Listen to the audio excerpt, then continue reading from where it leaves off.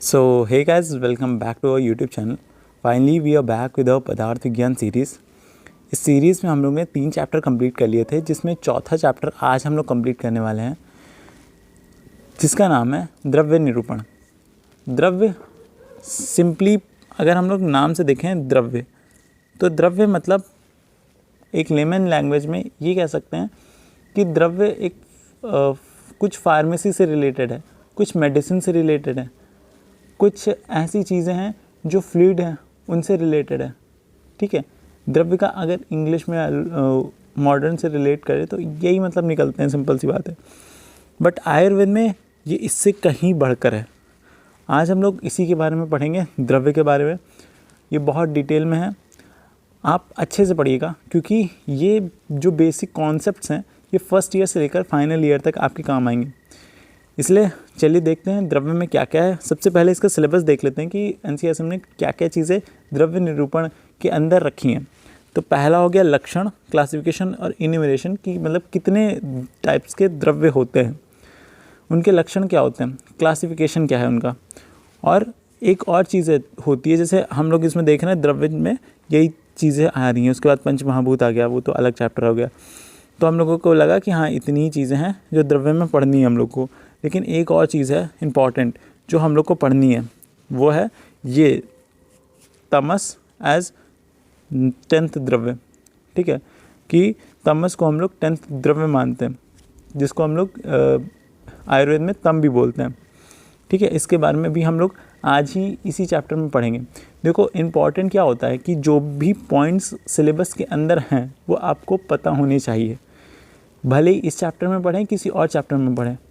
तो द्रव्य की जहाँ बात हो रही है वहाँ तम और नॉर्मल द्रव्य की हम लोग बात करेंगे, उसी को पढ़ेंगे। तो चलिए देखते हैं इसका क्या मार्क्स डिस्ट्रीब्यूशन है। तो द्रव्य विज्ञान, गुण और कर्म, ये तीनों मिला के 48 नंबर के होते हैं, सेकंड पेपर में आते हैं।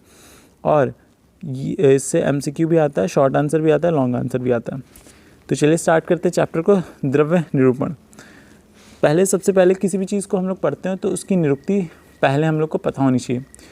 इसकी निरुक्ति है द्रुगतो धातु से यत प्रत्यय होकर द्रव्य शब्द बनता है। देखो प्रत्यय सिंपल सी चीज़ है जो आखिर में लगता है, किसी का अर्थ परिवर्तित कर देता है। धातु क्या होता है, किसी चीज़ की क्रिया होना। ध्रु धातु मतलब वहाँ से निकला है, जैसे द्रवित होना या फिर प्रवाहित होना।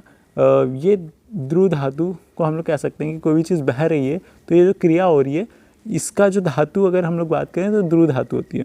ध्रुगतो धातु से यत प्रत्यय लगा तो द्रव्य बन गया। ठीक है, ये इसकी निरुक्ति हो गई।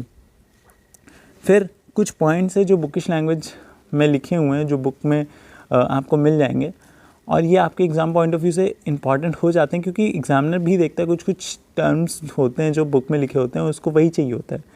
तो वही कुछ पॉइंट्स मैंने आपके लिए लिख दिए हैं जो आपके एग्ज़ाम्स में आपको मार्क्स स्कोर करने में मदद करेंगे। जैसे जो सदा परिणाम को प्राप्त हो अथवा जिससे परिणाम का ज्ञान हो वह द्रव्य है। ठीक है, मतलब जो किसी रिजल्ट पे आता है, जैसे कोई मेडिसिन दी आपने तो उसका कोई रिजल्ट होगा, तो उससे हम लोग कह रहे हैं कि वो द्रव्य है। इस प्रकार द्रव्य परिणाम अथवा संयोग या विभाग को प्राप्त होता है। जैन दर्शन के अनुसार ध्रु धातु से द्रव्य की निष्पत्ति होती है, जिसका अर्थ होता है द्रवित होना अथवा प्रवाहित होना। अभी हम लोग ने बताया कोई चीज़ बह रही है, प्रवाहित हो रही है, तो वो द्रवित होना उसे बोलते हैं, वो उसका वो क्रिया होता है, और उसी से ये द्रव्य शब्द निकला है। फिर द्रव्य के अगर लक्षण की बात करते हैं कि क्या क्या होते हैं, तो इसको हम लोग एक श्लोक से डिफाइन करते हैं, जो कि one of the most important shlokas है आपके फर्स्ट ईयर से लेकर फाइनल ईयर तक का द्रव्य का श्लोक, क्योंकि आपके सेकेंड ईयर में भी आएगा द्रव्य गुण। ठीक है, एक सब्जेक्ट आ जाता है। तो ये श्लोक जो है ये बहुत इंपॉर्टेंट है, हमेशा आपके साथ रहेगा फर्स्ट ईयर से फाइनल ईयर तक, क्योंकि मेडिसिन, फार्मेसी, ये सब चीज़ों का हमेशा प्रयोग होता रहेगा, फर्स्ट ईयर हो चाहे फाइनल ईयर हो। अभी बेस बनना है तो सारे श्लोक से याद कर लीजिए, क्योंकि ये श्लोक आपको यहाँ पे भी मिलेगा, इसके अलावा चरक संहिता में भी मिलेगा। तो यहाँ याद करिए चाहे चरक संहिता में याद करिए, आपकी मर्ज़ी है। तो ये चरक संहिता के सूत्र स्थान का मतलब पहले चैप्टर का श्लोक है, यथाशिता कर्मगुणा कारणम समवाय यत् द्रव्यम। ठीक है, अब इसका मतलब क्या होता है अभी हम लोग बताएंगे। जैसे यथाशिता, ठीक है, कर्मगुणा, तो जो जैसे कर्म है और गुण है जिस चीज़ में आश्रित रहते हैं, ठीक है। कर्म और गुण जिस चीज़ में आश्रित रहते हैं, जो समवायी कारण होता है, ठीक है, उसे हम लोग तद या तद द्रव्यम, वो द्रव्य होता है या द्रव्य कहलाता है। अब कुछ चीज़ें हैं जो समझने वाली हैं। आश्रित मतलब होता है किसी भी चीज़ के अंदर रहना, ठीक है। कर्म और गुण, कर्म पदार्थ हम लोग ने पढ़े थे, 6 पदार्थ होते हैं, द्रव्य गुण कर्म सामान्य विशेष समवाय। तो कर्म और गुण सेकंड और थर्ड पदार्थ जो था, तो वो जिस चीज़ में रहता है उसे हम लोग द्रव्य कहते हैं। किस तरीके से रहता है? समवाय संबंध से। समवाय क्या होता है कि किसी चीज़ से जुड़ा है, उसे अलग नहीं किया जा सकता, ठीक है। अगर द्रव्य है तो उसका गुण भी होगा कुछ, अगर द्रव्य है तो उसका कर्म भी होगा कुछ। तो ये समवाय संबंध है, एक नहीं रहेगा तो दूसरा नहीं रहेगा। तो इस तरीके से आप इसको समझ सकते हैं। देखते हैं इसका अनुवाद क्या है, जिसमें कर्म और गुण समवाय संबंध से आश्रित हों, मतलब मिले हों, जो समवाय कारण हो, जो द्रव्य कार्य द्रव्य एवं गुण कर्म का समवाय कारण हो, वह द्रव्य है, अर्थात उसे द्रव्य कहते हैं। सिंपल सी एक डेफिनेशन है जो आपको अभी मैंने बताया कि जिसमें कर्म और गुण आश्रित रहते हैं, कर्म और गुण रहते हैं, जो समवाय कारण होता है उसे द्रव्य कहते हैं, ठीक है। गुण एवं कर्म स्वसंवेत कार्य नहीं करते अथवा वे समवाय कारण नहीं रहते। मतलब सिंपल सी बात है, गुण और कर्म एक दूसरे से समवाय कारण नहीं होते, बल्कि ये द्रव्य से समवाय संबंध में होते हैं, ठीक है। तो ये एक इम्पॉर्टेंट पॉइंट है जो आपको याद रखिए, आप दिमाग में रखिए। फिर आता है द्रव्य की संख्या, कितने टाइप के द्रव्य होते हैं। तो इसका भी एक श्लोक आता है, बहुत इंपॉर्टेंट है, नवल द्रव्य जिसको हम लोग कहते हैं। तो नवल द्रव्य का श्लोक है, खादिन्यात्मा मना करो दिशा द्रव्य संग्रह, ठीक है। खादिन्यात्मा, खा आदिन्यात्मा, तो खा जो यूज़ करते हैं हम लोग, तो खा यूज़ करते हैं हम लोग पंच महाभूत के लिए, ठीक है। खा आदि, ठीक है। अब इसमें क्यों यूज़ कर रहे हैं पंच महाभूत को? तो जो इसमें खा होता है ना, इसको हम लोग आकाश से रिलेट करते हैं कि आकाश को हम लोग खा भी बोलते हैं, ठीक है। आकाश को हम लोग खा बोल रहे हैं, और आदि इसमें और जुड़ गया, मतलब आकाश आदि पंच महाभूत जो भी हैं, ठीक है। तो यहाँ पे खा आदिन्यात्मा, तो खा आदि मतलब पंच महाभूत, 5 महाभूत, खादिन आत्मा, आत्मा एक और हो गया, मन, ठीक है, काल एक, दिशा एक। तो टोटल कितना हो गया? 5, 6, 7, 8 और 9। तो इन 9 टोटल द्रव्य होते हैं, ठीक है, जिसको हम लोग कारण द्रव्य भी कहते हैं। तो सबसे पहला ये श्लोक इम्पॉर्टेंट है, बहुत इंपॉर्टेंट है, याद कर लीजिए।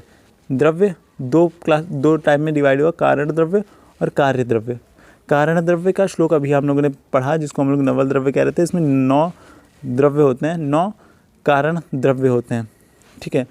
और फिर कार्य द्रव्य की बात करते हैं तो इसमें 2 टाइप के होते हैं, चेतन और अचेतन, ठीक है। चेतन में भी फर्दर टाइप्स होते हैं और अचेतन में भी फर्दर टाइप्स होते हैं। चेतन में अंतःचेतन और बाह्य चेतन, ठीक है, और अचेतन में भी खनिज और कृत्रिम आते हैं, ठीक है। तो ये चार्ट है, बहुत इंपॉर्टेंट है।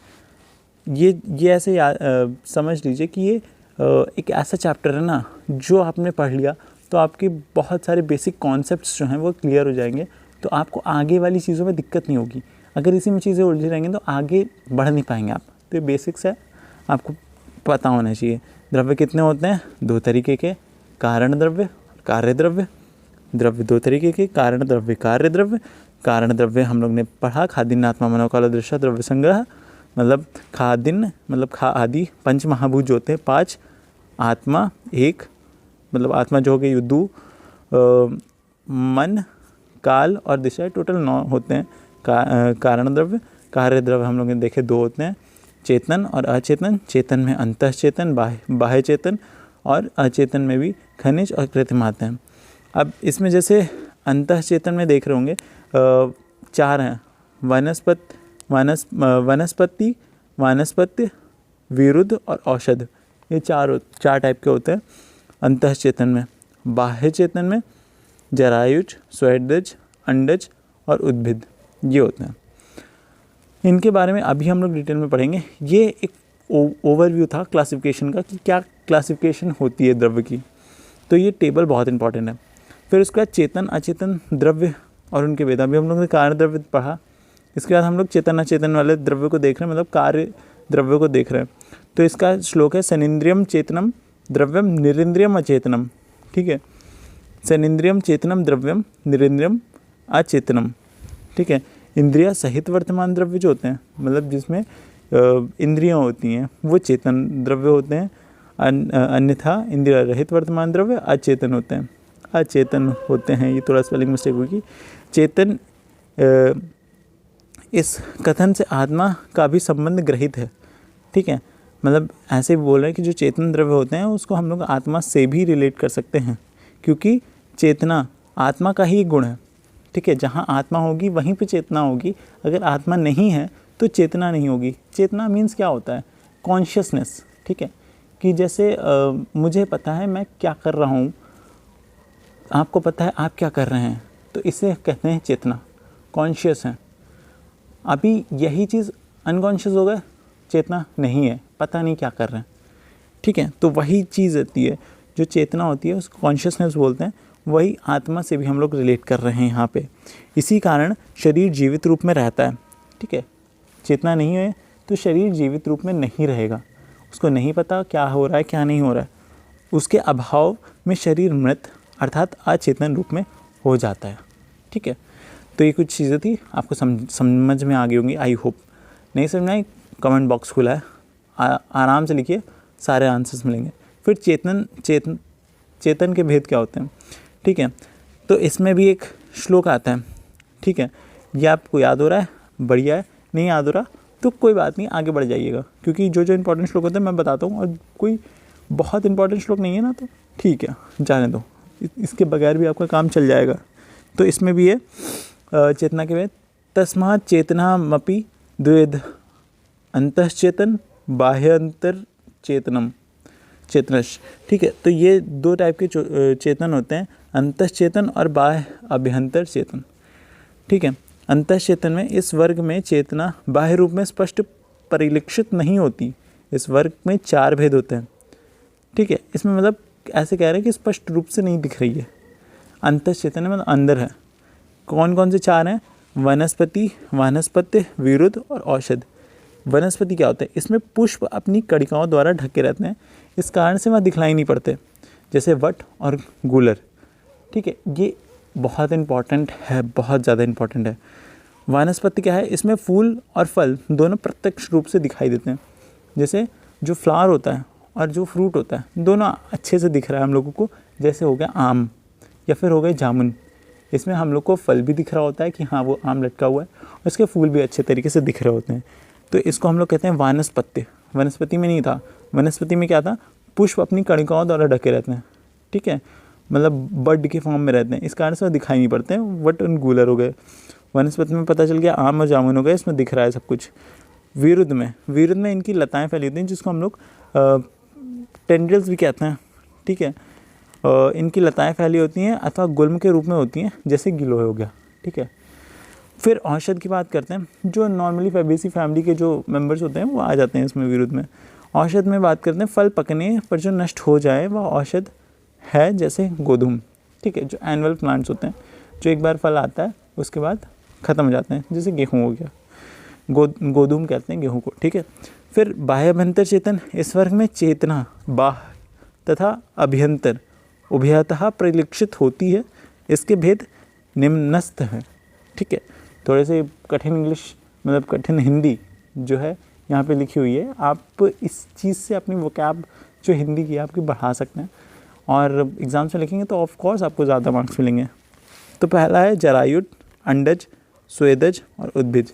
मतलब इसमें हम लोग को बाहर से ही चेतना दिख रही है कि हाँ उसमें चेतना है। क्यों? क्योंकि वो हम लोग को दिख रहा है कि हाँ वो एकदम लिविंग है, वो चल रहे हैं, वो कीड़े मकोड़े हैं। तो सिंपल, जो भी लिविंग में ऐसे कह सकते हैं, जो एनिमल्स होते हैं, एनिमल्स को इसके अंदर डाल दिया, और जो प्लांट्स होते हैं उसको इसके अंदर डाल दिया। अंतश्चेतन, जिसमें चेतना अंदर है, बाहर नहीं दिख रही। प्लांट्स बाह्य अभ्यंतर चेतन, जिसमें बाहर से ही जो अभ्यंतर की चेतना है वो दिख रही है। ठीक है, फिर उद्भिज, जरायुज, अंडज, स्वेदज और उद्भिज। जरायुज में जो जरायु से जन्म लेने वाले होते हैं वो जरायुज कहते हैं, जैसे मनुष्य हो गए जो प्लासेंटल होते हैं, ठीक है। इसमें हम लोग मनुष्य को काउंट कर रहे हैं जरायुज में। जो हम लोग हैं, हमारी जैसी चेतना है वो आती है बाह्य अभ्यंतर चेतन में, ठीक है। अंडज जो अंडों से जन्म लेते हैं, ठीक है, जैसे सांप हो गए, फिर मुर्गा हो गया, ये सब अंडज हो गए। स्वेदज जो स्वेदजन्य या स्वेदज वर्ग में आते हैं, जैसे कृमि या कीट हो गए, जो मतलब पसीने से बनते हैं, जो गंदगी से बनते हैं।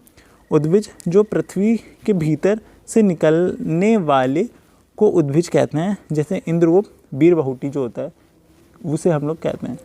जो ज़मीन के नीचे होता है और ज़मीन को फोड़ कर बाहर आता है उसको हम लोग उद्भिज कहते हैं, ठीक है। तो ये जो चीज़ें थी ये बहुत इंपॉर्टेंट है, आपको शायद समझ में आ गई हैं क्योंकि मैंने पूरी कोशिश करी कि चीज़ों को समझ में आ सकें। चेतना के दो भेद थे, अंतश्चेतन बाह्यभ्यंतर। अंतश्चेतन अंदर की चेतना, बाह्यभ्यंतर बाहर की चेतना। अंतश्चेतन में विचार थे, वनस्पति विरुद्ध और औषध। वनस्पति में पुष्प अपनी कणिकाओं द्वारा ढका था, जैसे हो गया वट और गूलर। वनस्पति में सब कुछ प्रत्यक्ष रूप में दिखाई पड़ रहा था, आंखों से दिख रहा था कि फूल है, वो फल है, तो जैसे हो गया आम और जामुन। विरुद्ध में इनकी लताएँ फैली होती हैं, इनमें लताएँ होती हैं, जैसे गिलोय हो गया। औषध में बता रहे हैं कि जैसे फल पकने पर जो नष्ट हो जाए वो औषध में आ जाता है, जैसे गोधूम हो गया, गेहूँ हो गया, जो एनुअल प्लांट्स होते हैं वो आ जाते हैं औषध में। बाह्यभ्यंतर में आ जाता है जिसमें हम लोग को बाहर से चेतना दिख रही होती है, जैसे इसमें भी चार होते हैं, जरायुज, अंडज, स्वेदज और उद्भिज। जरायुज में जो प्लासेंटल होते हैं वो आ जाते हैं, जैसे मनुष्य हो गया। अंडज में जो ओविपेरस होते हैं जो अंडा देते हैं, जैसे आगे सर्प आ गया। स्वेदज में आ गया जो स्वेद से जन्म लेते हैं। उद्भिज मतलब जो पृथ्वी को फोड़कर बाहर निकलते हैं। तो ये सिंपल सा कॉन्सेप्ट है, आप चीज़ों को एक बार अच्छे से पढ़िएगा, रिवाइज करिएगा, आ जाएगा, कोई दिक्कत नहीं है। तो देखते हैं और कौन कौन से वो भेद हैं जिनकी मदद से हम लोगों ने द्रव्यों को क्लासीफाई करा है। तो जैसे योनि भेद हो गया, इसमें 3 टाइप से डिवाइड कर सकते हैं हम लोग, जांगम, औद्भिज और पार्थिवम। जांगम जो जंगल के प्राणियों से प्राप्त होता है, जैसे कस्तूरी हो गया, गोरोचन हो गया, दूध हो गया, ठीक है, जो एनिमल से हम लोग को मिल रहा है। औद्भिद जो पृथ्वी को फोड़कर बाहर निकल रहे हैं, जैसे गोधूम, आंवला आदि, ये सब जो चीज़ें हो गई।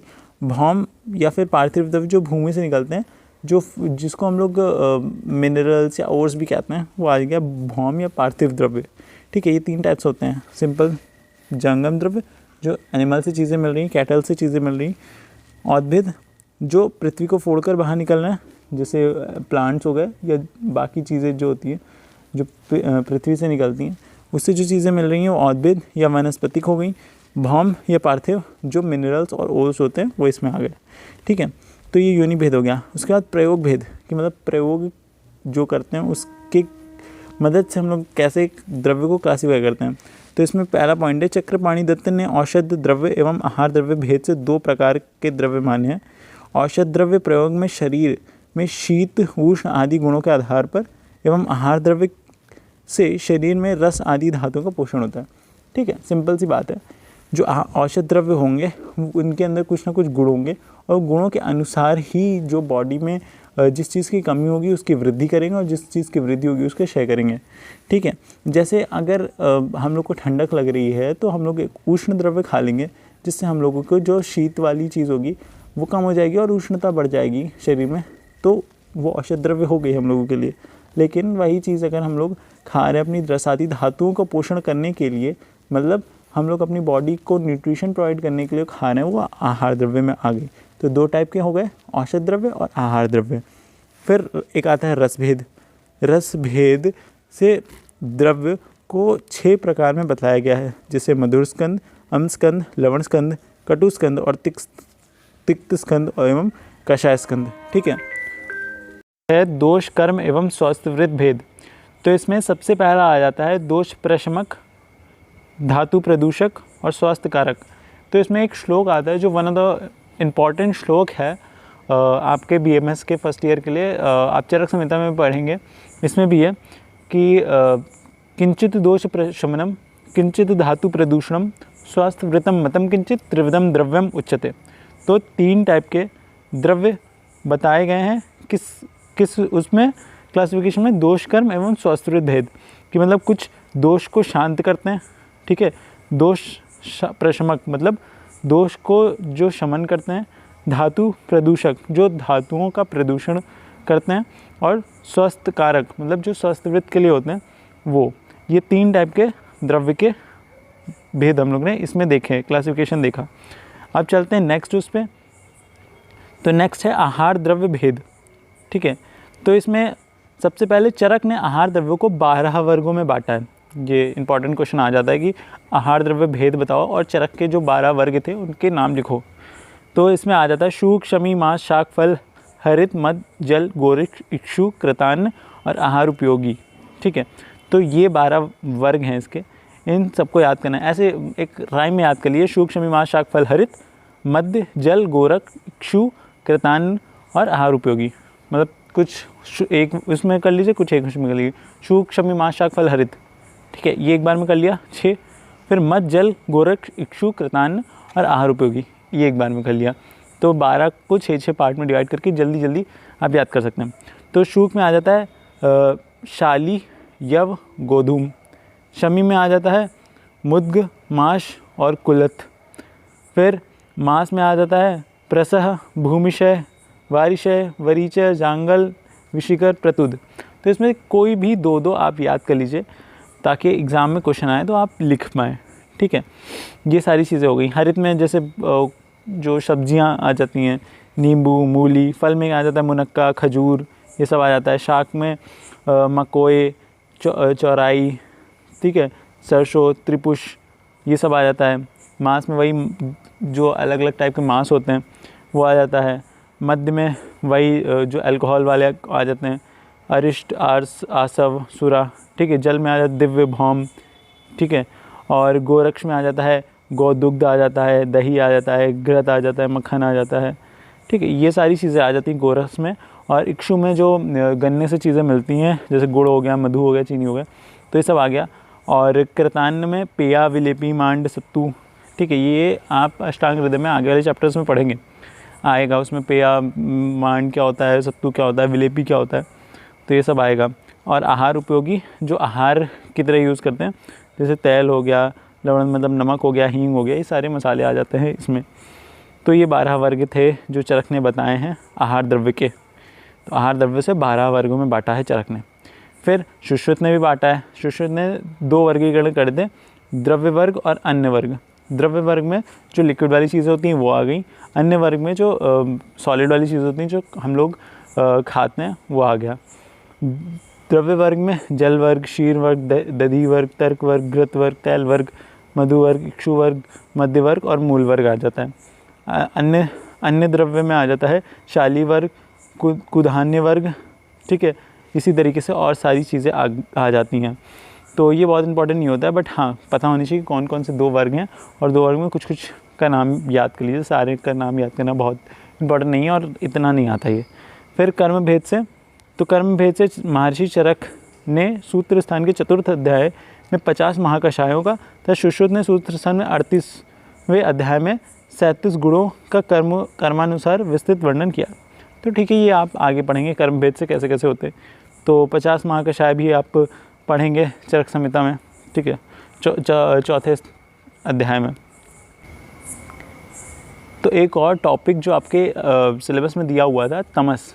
ठीक है, तमस को यहाँ पे तम बता रहे हैं। तम अंधकार, अंधकार के क्या क्या गुण होते हैं, उसको द्रव्य की तरह कैसे कंसीडर करते हैं, ठीक है, और कैसे नहीं करते हैं। ठीक है, तो इसमें ये बता रहे हैं कि भाव मिश्र ने कहा है कि तम भयावह, मोहजनक, दिशाभ्रम, पित्तहर, श्लेष्महर, कामवर्धक एवं कलमहर होता है। ठीक है, ये सारे कुछ कुछ मतलब टर्मिनोलॉजीज थी जो तम के बारे में गुण जो उसके होते हैं वो बता रहे हैं। उसके बाद जो तम अंधकार है, जिसको हम लोग दशम द्रव्य की तरह मान रहे थे, अब इसका खंडन कर रहे हैं कि किस तरीके से जो तम होता है, अंधकार होता है, 10वां द्रव्य नहीं होता है। ठीक है, जो मीमांसा दर्शन है उसमें अंधकार को दशम द्रव्य मानते हैं। ठीक है, ये एक इम्पॉर्टेंट क्वेश्चन बन जाता है कि मैं कौन से दर्शन वाले थे जिन्होंने तम को, अंधकार को एक 10वां द्रव्य माना था, तो मीमांसा दर्शन आ जाता है। फिर न्यायिकों को कहना है कि अंधकार तेज अर्थात प्रकाश का अभाव होता है, इसलिए अलग से दशम द्रव्य मानना आवश्यक नहीं है। जो अंधकार होता है वो क्या होता है, वो प्रकाश जब नहीं होता है तो उसकी अभाव को ही तो हम लोग अंधकार कहते हैं, जिसको तम कहते हैं। तो न्याय दर्शन में जो लोग थे उनका ही कहना है। ठीक है, यदि यह कहा जाए कि इसका 9 द्रव्यों में से किसी के मध्य अंतर्भाव है तो वह भी निम्न कारणों से संभव नहीं होता, क्योंकि कौन कौन सी चीज़ें हैं, जैसा पृथ्वी में समवाय संबंध से गंध रहता है, मतलब पृथ्वी का जो गुण होता है वो गंध होता है, तो पृथ्वी में समवाय संबंध से गंध रहता है, तम में नहीं होता। जल के भांति तम में द्रव्य रस और शीत स्पर्श नहीं होता। ठीक है, तेज उष्ण स्पर्श एवं भास्कर स्वरूप है। जो अग्नि होती है वो गर्म होती है, लेकिन तम नहीं होता। वायु नित्य गतिशील होती है, प्रयत्नात्म नियत स्पर्श है, परंतु तम नहीं है। आकाश स्वरूप रहित है, तम रूपवान है। ठीक है, और आकाश की व्यापकता तम से भिन्न आत्मा ज्ञानवान चेतता है, तम वैसा नहीं है। मन एक अणु एवं गतिमान है, मन है ये, मन एक अणु एवं गतिमान है, और तम ये तीनों गुण नहीं होता तम में। काल सर्वत्र व्यापक और रूप रहित द्रव्य है, किंतु तम ऐसा नहीं होता। इन सब उक्त कारणों से दिशा में भी तम का अंतर्भाव संभव नहीं होता। मतलब जितने भी नवल द्रव्य हम लोगों ने पढ़े थे ना, कौन कौन से थे, खादिन्य आत्मा मनोकालो दशा द्रव्य संग्रह, वो अलग अलग चीज़ें थी, तम उनमें से किसी के अंडर भी नहीं आता। ठीक है, ऐसे सिंपल से अगर हम लोग बात करते हैं तो हम लोगों ने 9 द्रव्य पढ़े थे, तो ये जो 9 द्रव्य हम लोगों ने पढ़े थे इसके अंदर तम नहीं आता। ठीक है, तम को हम लोग 10वां द्रव्य भी नहीं मानते। ठीक है, 10वां द्रव्य भी नहीं मानते। कैसे कैसे नहीं मानते? पहली बात तो हम लोग इसे अलग से नहीं मान रहे थे क्योंकि ये अभाव था प्रकाश का। ठीक है, और 9 के अंदर भी नहीं मान रहे थे क्योंकि इसमें कोई भी कैरेक्टरिस्टिक्स नहीं मिल रही थी। ये जो 9 द्रव्यों में हम लोग को कैरेक्टरिस्टिक्स मिलती हैं वो इसमें नहीं मिल रही थी। जैसे कि पृथ्वी में गंध था, उसमें गंध नहीं था। ठीक है, जल में द्रव्य था, शीत स्पर्श जो था उसका ठंडा था, उसमें नहीं है, अंधकार का नहीं होता ऐसा। तेज में गर्मी होती है, तम में नहीं होती, ना गर्मी होती ना ठंडक होती है। वायु चलती रहती है और उसको स्पर्श किया जा सकता है, उसका स्पर्श गुण होता है, लेकिन तम में नहीं होता। आकाश जो होता है वो रूप रहित होता है, उसमें कोई रूप नहीं होता, लेकिन तम जो होता है वो अंधकार होता है, तो वो रूपवान हो जाता है। आकाश की व्यापकता तम से भिन्न आत्मा ज्ञानवान चेतना होती है, मतलब, लेकिन तम ऐसा नहीं होता। ठीक है, और मन एक होता है, अणु होता है एवं गतिमान होता है। अभी मन के बारे में हम लोग आगे चैप्टर पढ़ेंगे, मन। ठीक है, तो मन एक होता है, एक मतलब जो मन होता है वो एक ही होता है, वो सभी इंद्रियों को ऐसे कह सकते हैं कि सभी इंद्रियों के साथ काम करता है। और अणु होता है, मतलब बहुत छोटा सा होता है। गतिमान होता है, मतलब एक जगह से दूसरी जगह बहुत जल्दी जाता है। कि अभी हम लोग यहाँ पे बैठे हैं, हम लोग यहाँ का सोच रहे हैं, अभी हम लोग ने तुरंत सोच लिया कि हम लोग फॉरेन में हैं।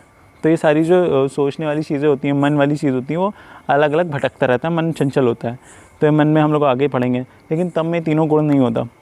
जो काल होता है वो हमेशा हर जगह होता है, सेम होता है, और रूप रहित होता है। लेकिन तब में रूप होता है, अभी हम लोग ने देखा रूपवान होता है, और काल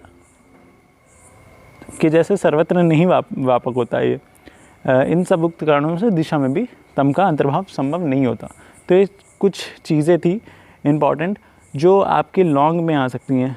ठीक है, लॉन्ग आंसर में सीधे आ सकता है कि तम के बारे में बताओ और तम को 10म द्रव्य क्यों नहीं मानते, उसके बारे में चर्चा करो। तो ये आप चीज़ें लिख देंगे। तो ये चीज़ें थी द्रव्य चैप्टर की जो हम लोगों ने आज पढ़ी। इसके अलावा कुछ भी ऐसा टॉपिक नहीं होगा द्रव्य में जो हम लोगों ने आज नहीं पढ़ा। इतनी ही चीज़ें आपके यूनिवर्सिटी एग्ज़ाम्स के लिए इम्पॉर्टेंट है। इसके अलावा ऐसा जो इम्पॉर्टेंट चीज़ें होंगी या तो वो आगे आ जाएंगी या तो इम्पॉर्टेंट नहीं होंगी। ठीक है, और जितनी भी NCERT में चीज़ें दे रखी हैं, मैं सिलेबस दिखाता हूँ, उसके अनुसार सारी चीज़ें बताता हूँ, सारी चीज़ें पढ़ाता हूँ। कोई भी ऐसी चीज़ नहीं है जो छूट रही है। ठीक है, तो अगर इतना आप लोग कर ले रहे हैं ना, तो आप लोग यूनिवर्सिटी ड्रॉप करने से रोक नहीं सकता कोई भी। और ये जैसे जैसे दिए हुए ना पूरा इसी तरीके से आप PDF डाउनलोड कर लीजिए, पढ़ लीजिए, कोई दिक्कत नहीं आएगी। तो this is all about the chapter द्रव्य। अब हम लोग नेक्स्ट चैप्टर में मिलते हैं, अपनी सीरीज़ को ऐसे कंटिन्यू करते हैं। अगर आपको अच्छा लग रहा है तो आप सब्सक्राइब और कमेंट कर दीजिएगा। बाकी मिलते हैं आपसे नेक्स्ट चैप्टर में, तब तक के लिए पढ़ाई करती रहिए। टाटा बाय बाय।